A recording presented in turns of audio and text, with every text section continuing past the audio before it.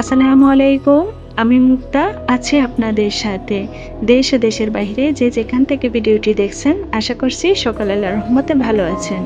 আমিও আলহামদুলিল্লাহ ভালো আছি।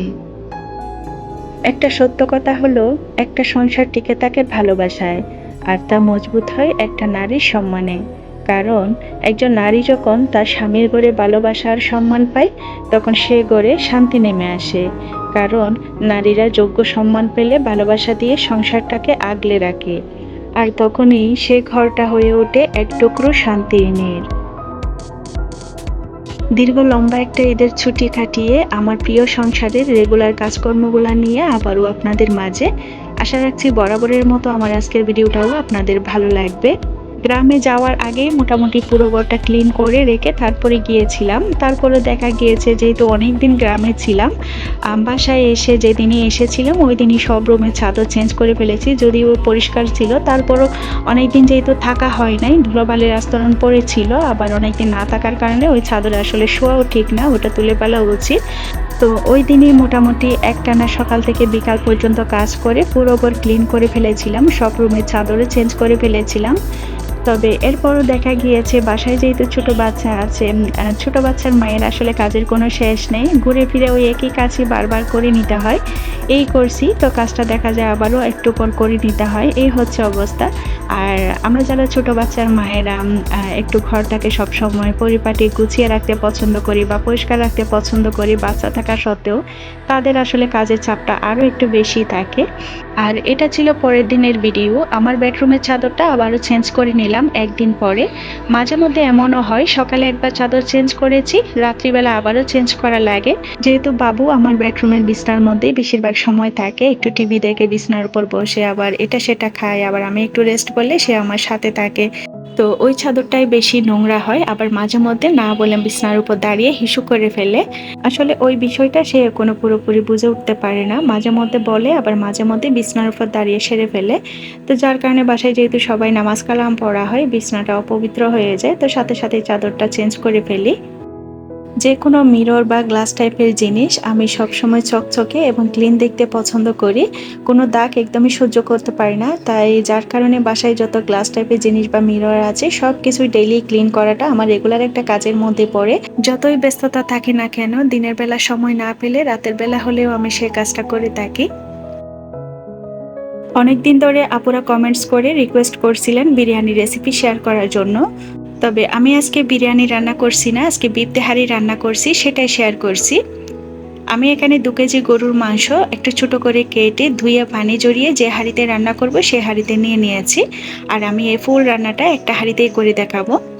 2 কেজি গরুর মাংসের তেহারির জন্য এখানে 2 কাপ পেঁয়াজ কুচি, 2 টেবিল চামচ করে করে আদা রসুন বাটা, 10-15টা গোলমরিচ দিয়েছি, 2টা জয়িত্রী, 1 চা চামচ শাহি জিরা, আর দিয়েছি 2 টেবিল চামচ লবণ, আর 1 প্যাকেট তেহারি মশলা। চাইলে ঘরে তৈরি করেও মশলাটা দেওয়া যায়, তবে প্যাকেট দিয়ে করলে বেশি সহজ হয়। বেশ কয়েকটা কাঁচামরিচ দিয়েছি ঝাল বের হওয়ার জন্য, আর হাফ কাপ টক দই, হাফ কাপ সরিষার তেল দিয়েছি। আর এই ফুল রান্নাটা সরিষার তেল দিয়ে করব। তেহারি সাধারণত সরিষার তেল দিয়ে করলে ঝাঁঝালো ফ্লেভারটা আসে। এবার মাংস মশলা সবকিছু ভালোভাবে মিশিয়ে চুলায় আগুন দিয়ে দিলাম। চাইলে কিছুক্ষণ মেরিনেট করেও রেখে দেওয়া যায়, এতে করে রান্নাটা আরও বেশি ভালো হয়।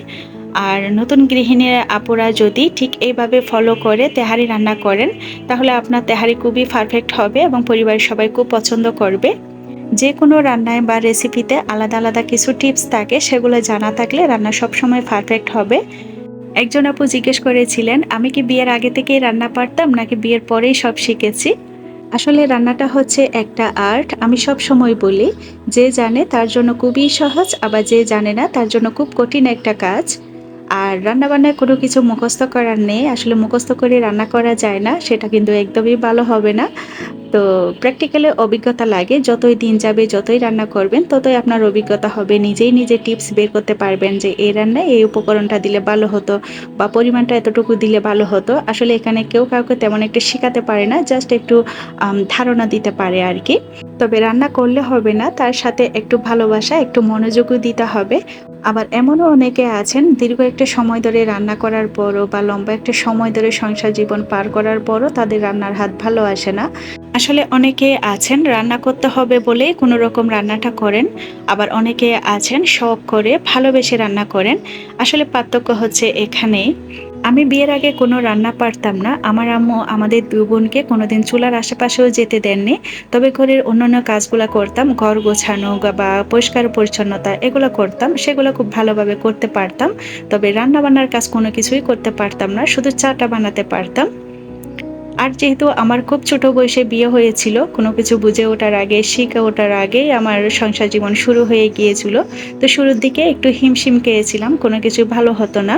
তো আস্তে আস্তে করতে করতে আমার প্র্যাকটিক্যালি অভিজ্ঞতা নিতে নিতে নিজেই নিজের রান্নার টিপস বের করতে করতে আজ আমি এই পর্যন্ত এসেছি। আলহামদুলিল্লাহ, এখন আমার রান্নাকে সবাই খুব প্রশংসা করে। আর আমি অনেক অনেক মানুষের রান্না এখন একসাথে করতে পারি।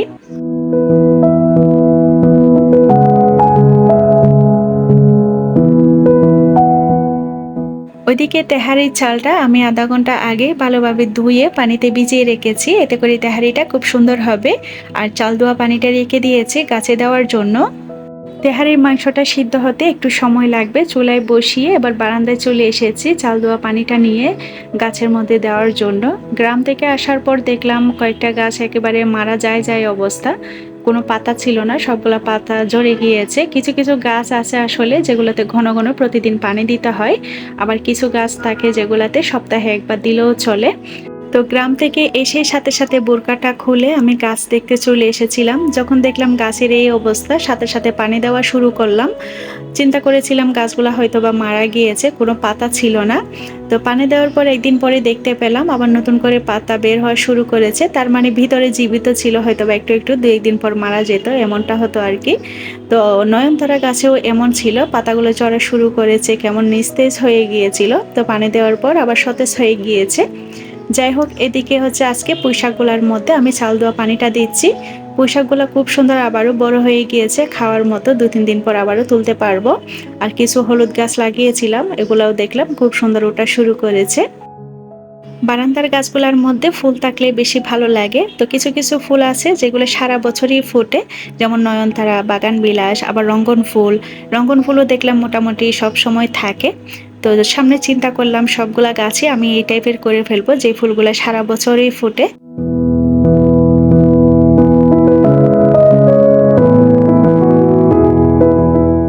এদিকে তেহারির মাংসটা খুব ভালোভাবে সিদ্ধ হয়ে গিয়েছে। আমি মাংস থেকে যে পানিটা বের হয়েছিল সে পানিতে খুব ভালোভাবে কষিয়ে নেওয়ার পর আরও ২ থেকে ৩ কাপ পানি দিয়েছিলাম প্রপারলি সিদ্ধ করার জন্য। তো মাংসটা ভালোভাবে সিদ্ধ হয়ে যাওয়ার পর কিছু ছোট আলু দিয়ে দিচ্ছি। আর আলুগুলো আমি আগে সিদ্ধ করে ছিলে একটু সরিষার তেলের মধ্যে 1/2 চা চামচ শাহি জিরা আর অল্প একটু লবণ দিয়ে ভেজে রেখেছিলাম, এতে করে খুব সুন্দর একটা ফ্লেভার হবে। মাংসের সাথে আলুগুলা দিয়ে ভালোভাবে মিশিয়ে নিচ্ছি ৫ মিনিট ঢাকা দিয়ে। তবে মাংস সিদ্ধ হয়ে গিয়েছে আর আলুগুলোও সিদ্ধ করা আছে, জাস্ট একটু মিশিয়ে নেওয়া। এই অসহ্য গরমের মধ্যে ঘরের অন্যান্য কাজকর্মগুলো যেমন তেমন, তবে কিচেনে কাজ করতে একটু বেশি কষ্ট হয়। যেহেতু একজন গৃহিণীর বেশিরভাগ সময় কিচেনে কাটাতে হয়, কিচেনে বেশিরভাগ কাজকর্মগুলো থাকে। তবে এই গরমের মধ্যে যদি রান্নার ফাঁকে একটু ঠান্ডা কিছু খেতে পারা যায় তাহলে কিছুটা স্বস্তি লাগে, শান্তি লাগে। ভিডিওর এই পর্যায়ে আপনি যদি এখন পর্যন্ত আমার ভিডিওটি দেখে থাকেন তো প্লিজ একটি লাইক দিতে ভুলবেন না। আর যদি চ্যানেলে নতুন হয়ে থাকেন আর এই ধরনের ভিডিও যদি দেখতে আপনি পছন্দ করেন, চাইলে আমার চ্যানেলটি সাবস্ক্রাইব করে রাখতে পারেন। কাজগুলো যদি অলরেডি করে থেকে থাকেন তো আপনাকে জানাই অসংখ্য ধন্যবাদ। এবার তেহারির মাংসের মধ্যে চালটা দিয়ে দিয়েছি। আর এখানে আমি ১ কেজির চেয়ে একটু বেশি চাল নিয়েছি, যেহেতু ২ কেজি মাংস আর 1/2 কেজি আলু ছিল। তো সব কিছু মিলিয়ে আমি ১ কেজির চেয়ে একটু বেশি মানে ৫ কাপ পরিমাণ চালের জন্য ৯ কাপ পানি দিয়ে দিয়েছি, সাথে ১ কাপ দুধ দিয়েছি, মোট হচ্ছে ১০ কাপ। চালের দ্বিগুণ যদি পানি দেন তাহলে চোখ বন্ধ করে আপনি যে কোনো পোলাও বা বিরিয়ানি সব কিছু রান্না করতে পারবেন আর কোনো টেনশন থাকবে না। যারা নতুন গৃহিণী আপুরা আছেন, চালটা রান্নার আধা ঘন্টা ২০ মিনিট আগে ভিজিয়ে রাখবেন, ভালোভাবে ধুয়ে পানি দিয়ে এবং পানি জড়িয়ে তারপর মাংসের সাথে মিশিয়ে নেবেন।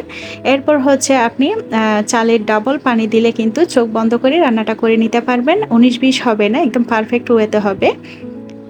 এদিকে পানি দেওয়ার পর আমি আরও কিছু উপকরণ দিয়ে দিয়েছি, দেখতেই পেয়েছেন কয়েকটা কাঁচামরিচ, সেই সাথে ঘি দিয়ে দিয়েছি। ঘিটা আমি আগেই দিইনি, আগে সরিষার তেল দিয়ে রান্নাটা করেছিলাম, এই পর্যায়ে এসে ঘিটা দিয়েছি। সেই সাথে আমি চালের জন্য আরও 1/2 টেবিল চামচ লবণ দিয়েছিলাম আর দিয়েছি বেরেস্তা।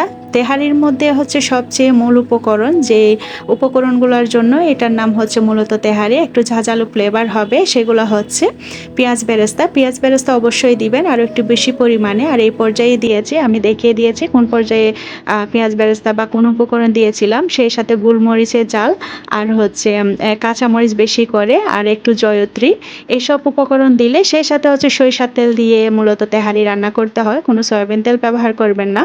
আর ঘিয়ের পরিমাণটা একটু বেশি, মানে ঘিয়ের ফ্লেভারটা যেন ভালোভাবে আসে, তাহলে আপনার তেহারিটা সব সময় পারফেক্ট হবে। আমি দমে বসিয়ে রেখেছিলাম বেশ কিছুক্ষণ সময়ের জন্য, এরপর হচ্ছে খাওয়ার সময় সার্ভ করে দেখিয়ে দিয়েছি।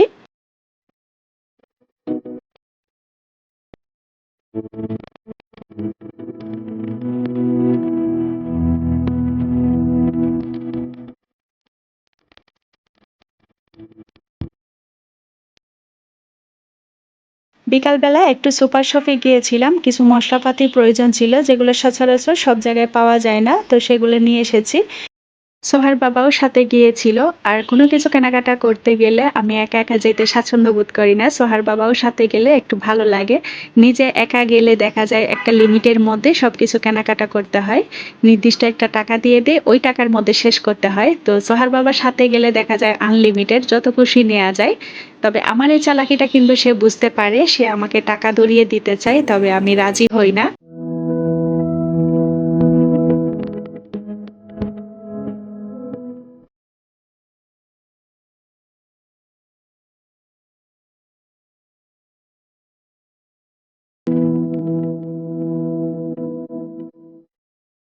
আমি যেদিন ক্যামেরাটা অন করি সেদিন চেষ্টা করি আমার সারাদিনের কাজের সবটুকু অংশ আপনাদের মাঝে শেয়ার করার জন্য।